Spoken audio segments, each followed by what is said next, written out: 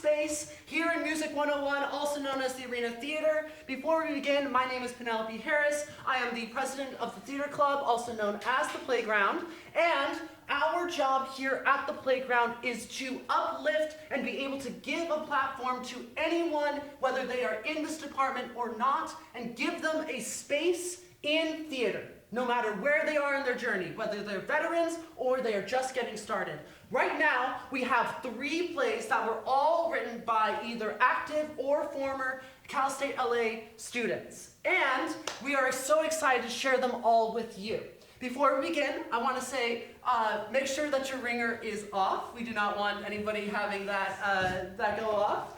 Second off, we also want to give a huge thank you to our advisor, Daniel Shapinski, who has helped us guide us into this lovely space and has made the risers that you see in front of us. Also, a huge thank you to our lighting designer, Ashley Marshall, who spent so many hours making all of this happen and look so gorgeous.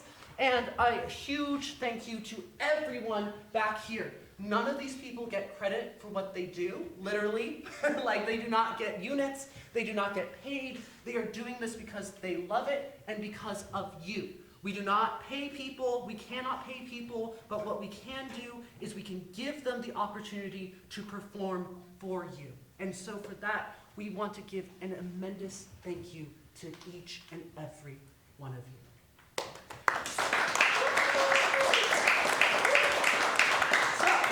With that out of the way, I have a lovely show in store for you, and all these people have worked so hard, about a month, and let's get this show on the road. Before we begin, let's have a few words from our director of the piece that's just about to perform.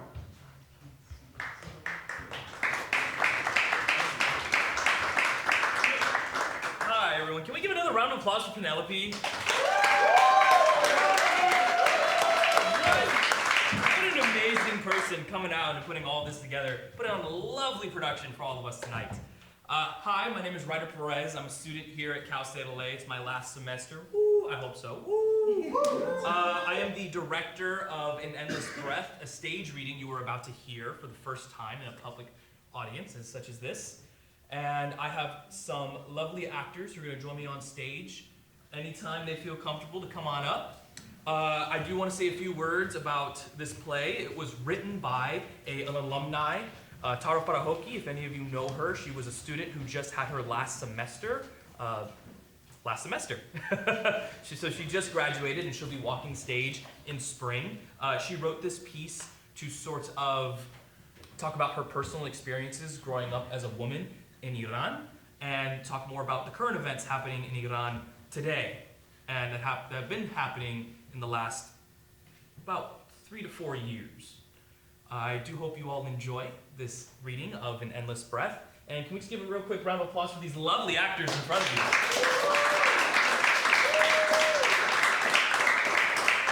you. Enjoy the show.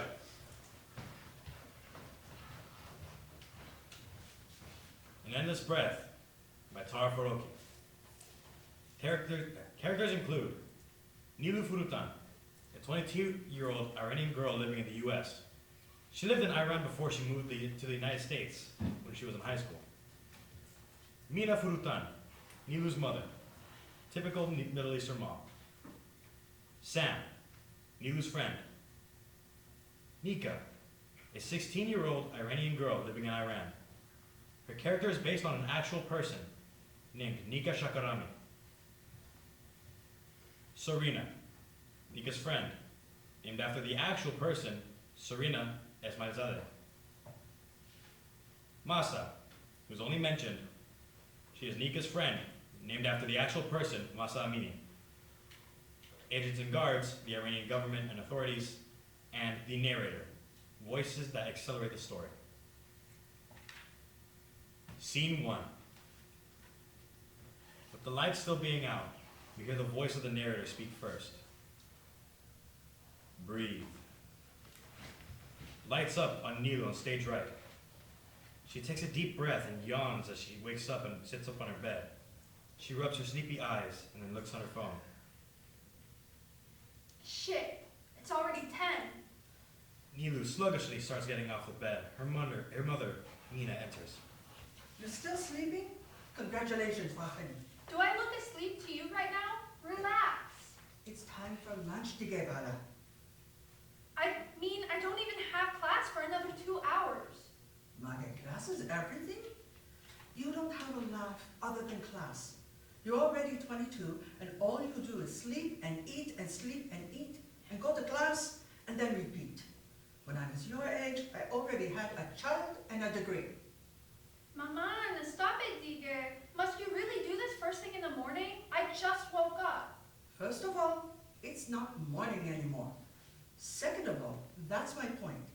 Why would you wake up when it's not morning anymore? Successful people don't wake up at 10.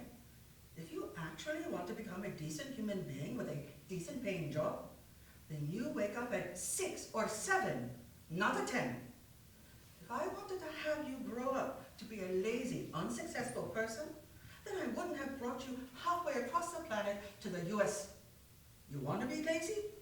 Go back to your lawn and be lazy. Maman, it's my life and I'm not a baby anymore. Could you, for once, maybe start treating me like an adult? Mina Foorutan, you want me to treat you like an adult? You want me to treat you like an adult? Then start acting like one. Ay, Baba. Also, I was going to ask you if you were coming to the protest tomorrow morning. You know I have class, Mom. Is class more important right now, or all of our people dying? You won't die if you don't go to one class. 2 seconds ago, you were nagging me about how I'm an unsuccessful adult who doesn't have a degree yet. You want a degree? I have to go to class. Your tongue is 2 meters too long, Mashara. Do whatever you want. Mina exits. Niloo contemplates for a moment, and then takes a deep breath. Lights out on Niloo. Scene 2. Narrator speaks. Breathe. Lights up on Nika on stage left. She gasps as she wakes up from a nightmare. She takes short, frequent breaths as she comes to her senses and realizes it was a dream. She looks at her clock, which is displayed on her nightstand, reading 6 o'clock. She blinks a couple of times and adjusts herself on the bed. It's still slightly dark out, so the inside of her room isn't very bright. She picks up her phone. You can see the light of her phone on her face. Oh, it's already 6. Thank God I'm not going to school, Vagarna. I would have been late. Nika gets up from her bed and starts walking to stage right. We see the time pass by as more light fades into view, indicating that it's daytime. We see Nika dial a number. A few rings, and someone picks up. Alu, salam, Kubi. Salam, I'm good, Tukubi. I'm okay. Bro, I had a dream last night that I died. I woke up sweating like shit. It was scary, man. Ooh, tell me what happened. I don't remember it well, but I was like on this tall building or something, and then all of a sudden I fell. Or maybe someone pushed me? Well, at least you weren't beaten to death. Yo, you're not helping. I'm kidding, Baba. Plus, isn't that a good thing? Don't you know death in dreams means you're gonna live a long life? As if you actually believe that shit. I don't, but I thought maybe you do. Bora Baba. You know what? I'm gonna start believing in it now so that when you grow old and wrinkly and start pooping your pants involuntarily, I can tell you, I told you so. Haha, very funny. But you're also gonna be pooping involuntarily right next to me, you know? Cheers to that. Are we still going today? Of course, Dige. You wanna sit at home and do what? Breathe? I mean, breathing doesn't sound that bad. Sarina! I'm joking. What, a girl can't joke? Of course I'm going. You know I'm going, Dige. But what are you gonna tell your aunt? I'll just say I'm going to see my sister. Smart. By the way, bring a mask or a towel or something. I heard that tear gas is no joke. Hi, Baba. COVID just ended and you're telling me to wear a mask again? Cobb, don't wear it. Be mentioned. Piani Bahin, you have the sense of humor of a wall. Yeah. Go get ready, Dige. I'll meet you and Masha at Boulevard Keshavars. Lights out. Scene 3. This scene takes place with 2 groups of friends, Niloo and Sam and Nika and Sarina. They're both on either side of the stage, even though they are not in the same space. Narrator speaks. Breathe. Lights up on Niloo. She sighs as she pulls her mask down and walks with her friend, Sam. Oh, thank God that's over. I'm starving. I know, right? He really takes a sweet time with his lectures. I thought he was going to talk us to death. I mean, technically, it is his class time. I know. But still, he doesn't have to make a discussion out of everything. Makes it even longer than it already does. I kind of liked that he asked us about the things the government influences in our lives. I never thought of it like that. And no matter how much I think about it, I can't think of anything else but breathing. Can you? Not really. I mean, I was going to say pooping, but even that gets flushed down the toilet by the government, I guess. What? Lights dim on Niloo and Sam. Lights up on Nika and Sarina, who are wearing manto and shawl as they walk out. Niloo and Sam stay frozen as they face upstage.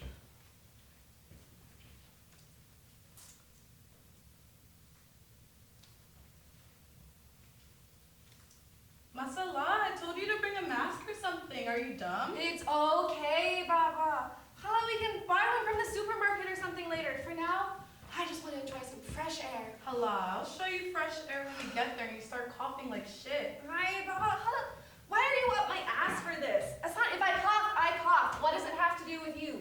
Well, I don't want you to die, dumbass. People don't die from inhaling tear gas. Lights dim on them, and brightens on Niloo and Sam. No, but seriously, think about it. Like, we have all these things because of the government. Let's say one day government wakes up and decides that's enough. Why would I give a shit about these tax-paying peasants? And all of a sudden it goes back to being like those dictatorship countries from 100 years ago and put whatever rule it wants. So is that it? No more roads? No more sanitized and well-maintained food? No more flushing poops? How are we gonna live if that happens? Do we just grab our things and leave for a better place and pretend like life is good?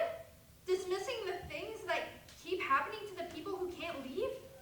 Do we start neglecting that these good things just don't appear out of thin air and don't feel grateful for them anymore until we lose them? Till the obvious becomes the scarce? Wow, that was some philosophical speech right there. I'm gonna be completely honest with you though, I didn't understand a single word you just said. Here, why don't we get some food and then continue the conversation? I think we're gonna faint if I don't eat soon. As Sam exits, lights back up on Nika and Sarina. Sarina's phone begins to ring. Hey, look, it's Masa. I'm gonna go find her. You stay here for a sec. Sarina exits, spots on Niloo and Nika. At least we get to breathe for free, right? Yeah, right. Nika exits the stage as lights fade into a spot on Niloo. We hear Niloo's phone ringing as lights fade. Then she answers. A spot comes up on Mina on the other side of Niloo. She's on the phone. Hello, Maman. Alaikum salam. Is your class over? Yeah, why? No reason. Did something happen? No, just I wanted to check on you. Oh. Are you okay? Are you? Why wouldn't I be? No reason. I'm glad. You know, Mom, we did a Q&A in class today, and we were discussing what things there are that Dolat has control over in our lives. Ironically, we came to the conclusion that the only thing Dolat doesn't control is breathing. Isn't that crazy? In my opinion, if you think it through, Dolat has control even over that. Huh? Really? How? Well, in the ideal scenario, Dolat can control the quality of the air we breathe with the amount of industrialization it allows. That's why in places like Bali, even their best air quality is still pretty bad, and people are more likely to develop lung cancer later on in their life.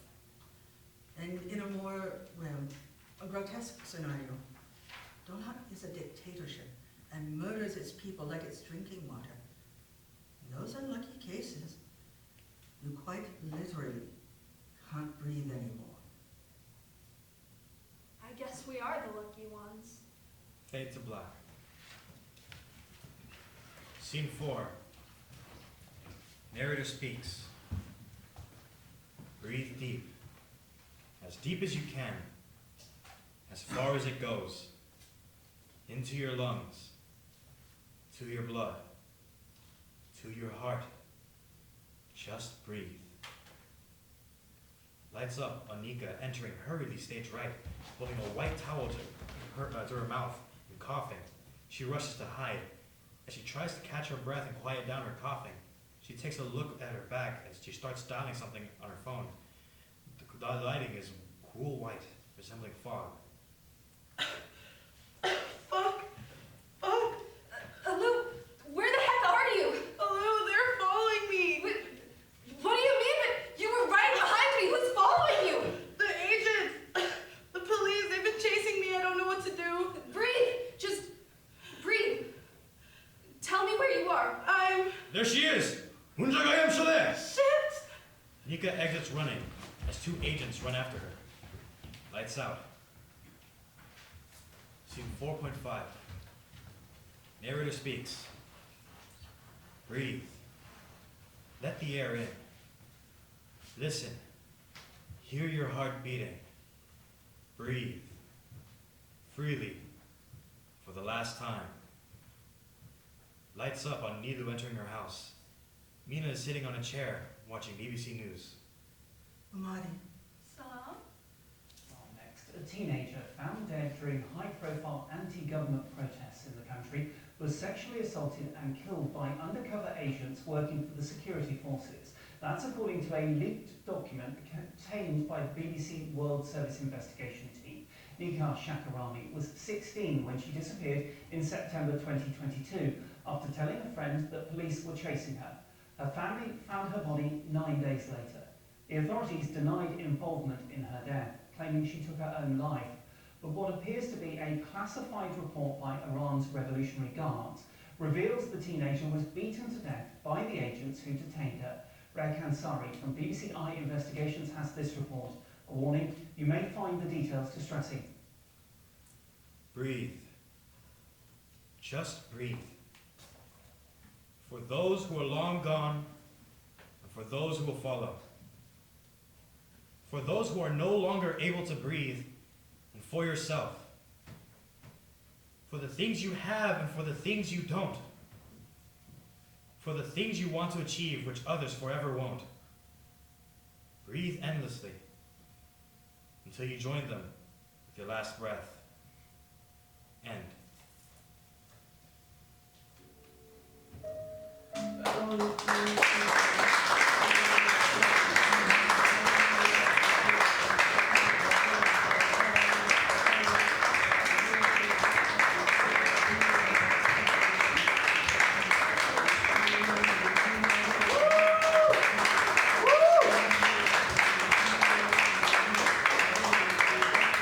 Hi friends, welcome. Thank you so much for coming. My name is Corbin Mongolo. I am the playwright, director, and I guess I'll say lead actor. Yes. In Take it. this play. It is a 1-minute play, so I hope this is inspiring to anyone in the audience that playwriting doesn't mean you have to write this hour-long, 2-hour-long intermission play.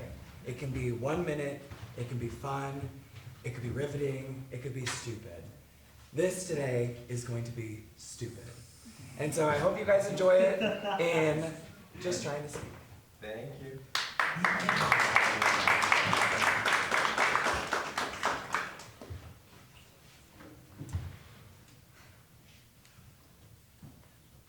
Meow meow. Bark, bark. Shh. Bark, bark. Shh. Meow meow.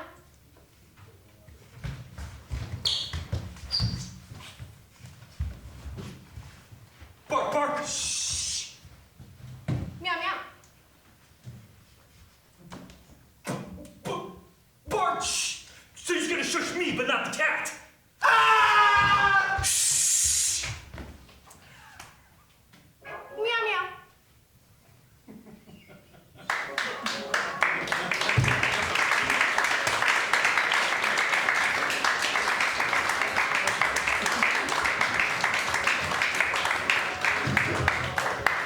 Thank you, Corbin. Hi, everyone. My name is Venio Kustura, and I am the writer and the director of the next play that will be performed called The Dinner. Originally, this was written in 2017 by me and a group of friends in Croatia, which is where I'm from. And I moved here a year later after we performed the play and lost the script. So, when I was going to Citrus College, I decided to write my own version of the play because I called everyone and nobody had the script. So, this is a version of a play that I have workshopped twice. It is still gonna be workshopped, so, you know. But I'm very proud of what I have done. I'm very proud of my actors who are setting up the dinner. And I'm very proud of my team, my prop masters, Cindy Campos, Penelope, Ryder, all of my actors, everybody involved with the playground. Thank you all. Thank you to our lovely audience. I'm just beyond grateful. Thank you all, and I hope you enjoy the show. We're gonna start any minute.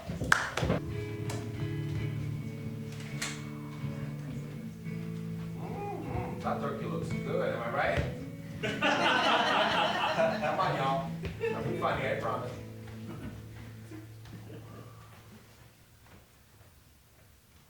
All right, everybody. I'm glad you've joined us here today. You dragged me out of bed, son. Do I have to be here? I've got work to do, and they could do it any minute. I'd rather not be here for that. Well, I'm glad you share my enthusiasm for the situation. Now, I know these are unprecedented times, and in times like this, it is important that we stick together as a family. Victor! What are you on about? Oh, please spare them your speech and help me get things ready. I need help and they'll be here any minute. Not to worry, my sweet dove. Everything will be ready in time. Buddy, quit your slouching. Now, I know you are worried about this, and I am right there with you, and that's why we are here, so we can figure this out together. To figure what out? Forgive me, sir, but it's too late to figure anything out. She already has a boyfriend, and there's nothing you can do. No, I will not stand for this kind of nonsense. I mean, she hasn't seen you in a long time. Look at you. Hey, you are taller now. You're bigger. When she sees you, she'll dump that little city boy, and you will be my son-in-law's goods tomorrow. Right? You're kidding, right? Well, come on now. I mean, like, I might be exaggerating a little bit, but you get my point. I mean, there is no one better in this world for my daughter than you. I know your heart, boy, and it's a good one. And she'll see that too. Trust me. Man, I'm not so sure about that. If that were the case, she would never have left me to go to college. Oh, come on now. You know she always wanted to go to school. What else was she gonna do? She's gonna stay on the farm with us? You know that shit ain't for everybody. I mean, jeez.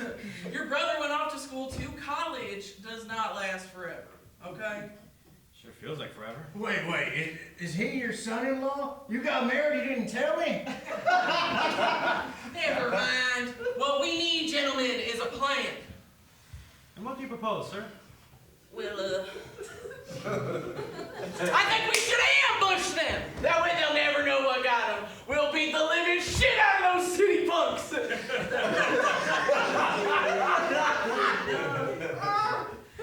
With all due respect, sir, I don't think that's really a good idea.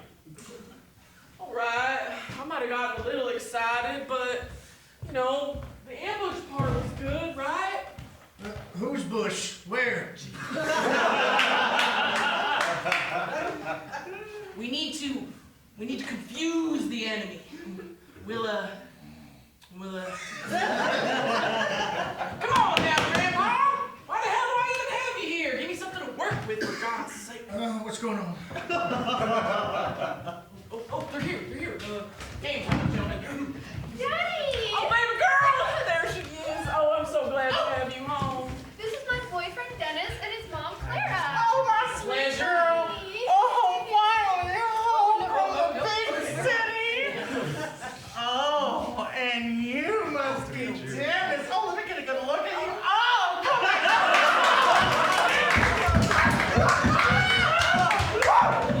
Oh,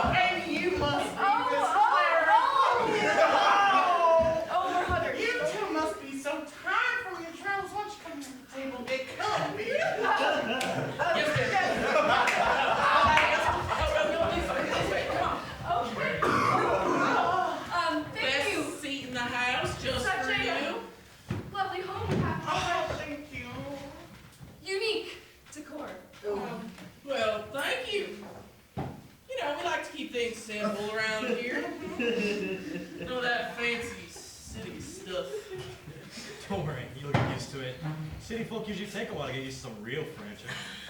Who might you be, young man? Oh, this is my man.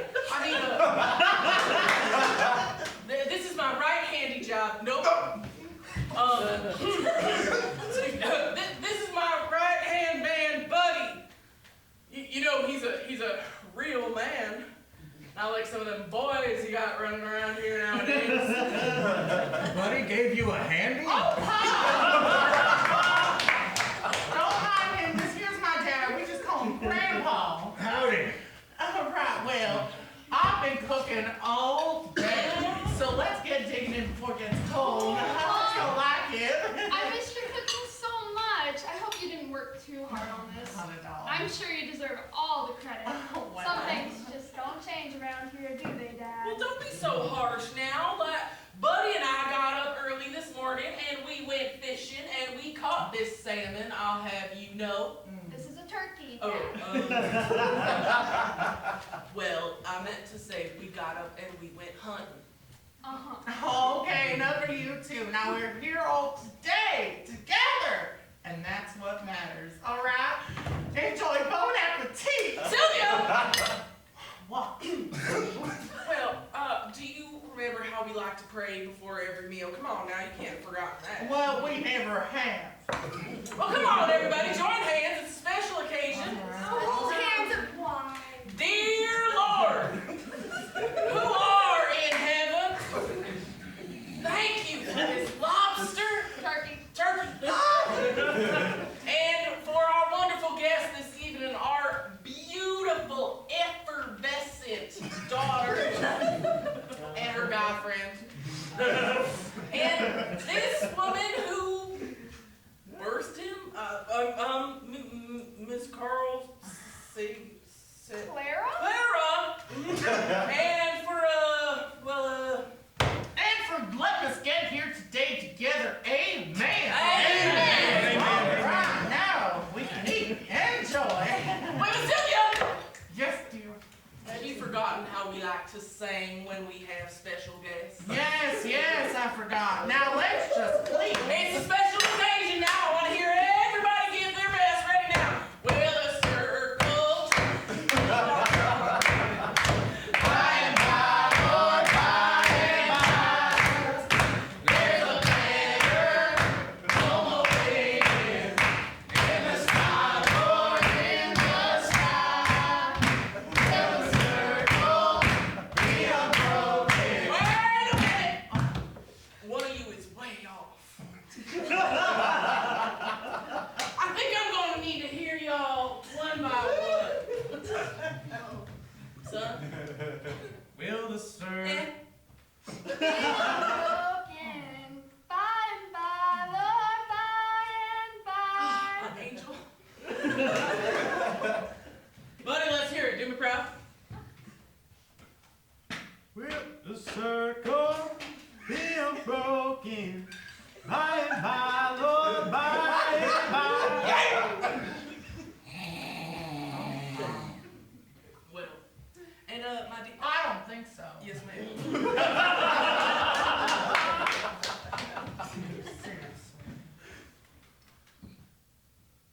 Well, Well, what?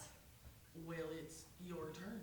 This is just ridiculous. I will not do. Oh, come on now, Miss Clara. I am your host. Won't you please oblige me? Won't you be so kind?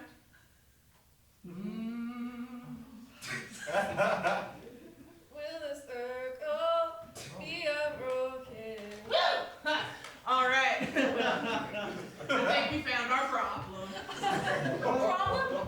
What do you mean by problem? What seems to be the problem? Well, Miss Clara, what seems to be the problem is that an elephant must have blown a trumpet in your ear, and now it's affecting your singing ability. If you ever had one. Oh, that is it. Chair. I am leaving. Dennis, get up. Come on. We're going home. I am not staying here. But Mom, we took the train here. You wouldn't even know when the next one is coming. Come on. Okay, fine. Stay if you want, but I am leaving. I have never been more offended in my life. Whew. You know, sometimes the trash just takes itself out. I feel here. Here we go again. Why am I not then she wanted to leave. Ooh. You know, on second thought, I think I'm gonna go find her. Yeah, you do that. And I'll bring her back here. Have I told you how beautiful you look tonight? Now! Yes, ma'am.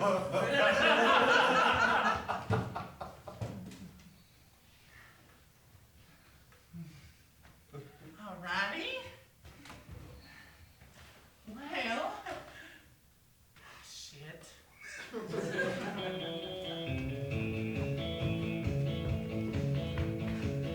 Miss Clara! Oh, I don't want to hear it. Come on now, Miss Clara, please. Leave me alone. I'm going home. I was just trying to give you a singing lesson.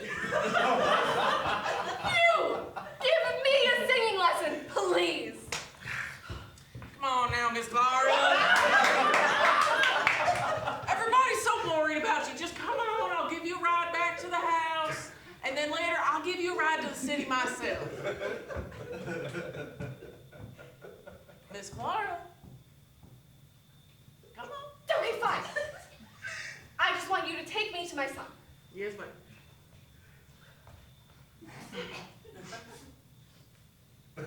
All right, now. I just, listen, I want to say something to you, all right? What? I want to apologize. No, really, from the bottom of my heart, I'm not usually like this. It's just, my daughter's all grown up now, and I don't know how to handle it. I mean, geez, like, one minute I was changing her diapers, next thing I know, she's off at college, and she's got a boyfriend. I mean, shit. I used to be the most important man in her life. And now, I don't even know if I belong in her life anymore. I don't know if there's a place for me in it. I understand. Oh, you do? I do, because I feel the same way about Dennis. About who? Dennis? My son? Your daughter's guy friend? Oh, yeah. Anyway, ever since Dennis's dad left, it's just been the two of us, and we've been so close, but now he's living on campus, and he hardly comes home anymore, and I worry that one day he'll stop coming by at all, and I'll be alone. Well, I guess we should just try and show them how much we care. That way when they do move away and they don't let us see our grandkids. Oh, hey, let's not rush things. You're right. All right.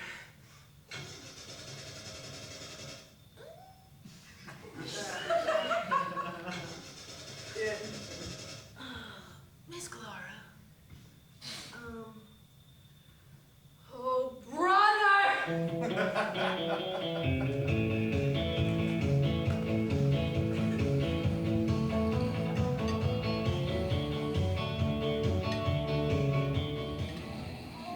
What's taking them so long? Is Grandpa okay over there? Oh, he's fine. He does this all the time. Run, Forrest. What if something happened to them? You think you hit her with the car? Stop that. I don't remember the last time dinner ended with a search party. Yeah, well, some people just have a lot of flair, I guess. I mean, just because they're loud and lively doesn't mean they have bad intentions. Comes with being passionate, I guess. Passion. Is that what they're calling it in these parts? These parts? Really?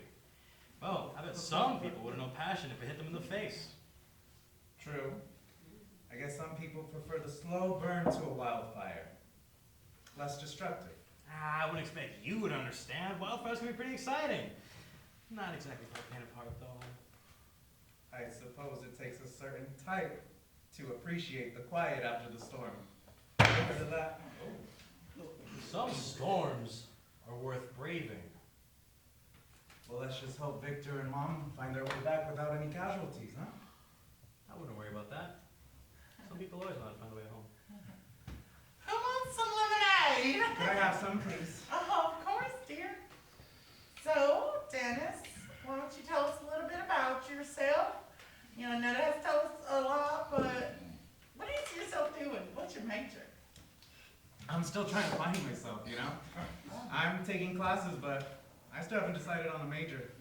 Oh, I see. Well, what do you see yourself doing? I'm not sure yet, to be honest. I mean, my mom always gets on me for not deciding, but I don't know. I don't think it's such a big deal, you know? Just because I'm approaching 30. Is he trying to cradle snatch my grandbaby? Buddy, get my gun. Sit down, not him. 30? Did you just say 30? Yeah, and then I didn't tell you? No, she didn't. She left out that little piece of information. Yeah, Mom, Dennis is 29. I could have sworn I told you. No, you didn't. Well, that's 10 years. That's a pretty significant age gap, wouldn't you say, Anetta? Oh, you're always so busy running the house. I'm sure it just slipped your mind or something. Well, what are your plans with our daughter, huh, Dennis? What future do you envision with our little girl? Plans? We're just riding the wave, you know? Just taking things as they come. Yes, but life's too short for riding waves, wouldn't you say, Anetta? Yeah, I suppose so. But surely you must think about where things are headed, and I mean with your career and all other aspects of life. Dennis! Yeah, life. I love living life. I live, laugh, love. I love it all. I mean, where are you headed in life? Sure. Next weekend we plan on going to the new amusement park. I mean, have you seen the rides there? They're wild, man. Oh, I meant more long term. What about family and children, maybe even? Kids are cool, but they're like little tornadoes. You know what I mean? I mean, maybe like way down the line when I'm like old and have nothing better to do. But like, you know, kids are messy. Messy? Well, I wouldn't say so. I mean, yeah, sure, kids take up a lot of time and effort, but they're your literal legacy that you leave behind. People don't think about that nowadays. Everything and everyone is so temporary that it's suddenly so cool to be a clueless asshole and to run around and go complain about other assholes. People actually paid attention about where the kids are nowadays and what they're doing, maybe there wouldn't be so many assholes running around. There's nothing more rewarding than raising a family of your own, being a strong pillar for the ones you love. I agree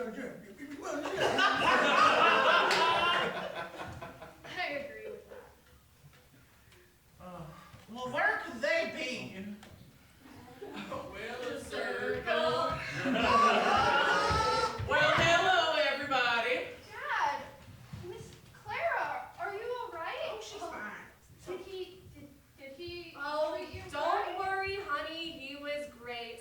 We talked some things out, and turns out we have a lot more in common than we thought. I think he did hit her with the car. So everything's good? Yes, I even invited her to stay the night with us. And you accepted, Miss Clara? Well, of course. I mean, I am just exhausted, and I still haven't gotten to know you and your lovely home here. He hit her with the car and replaced her with another woman in town. Well, I'm glad to see you two in one piece. Would you like me to warm up your plate? It got cold while you were gone. Oh, yes, please. Thank you, Sylvia. Yeah. Could you also point me in the direction of Of the course, restroom? you're Wash my welcome. hands. Thank you. So, how are things going here? How's everybody doing? Oh, we're fine, Dad. I'm glad you guys were able to sort out whatever differences you had. Of course, sweetheart. What about you all? You figure out your, differences?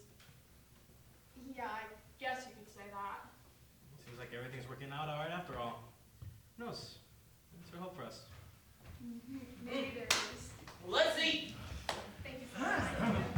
Oh, here you go. Best seat again in the house. What a gentleman. He tries sometimes. I do. Here you go, Miss Clara. Get my gun! Brother!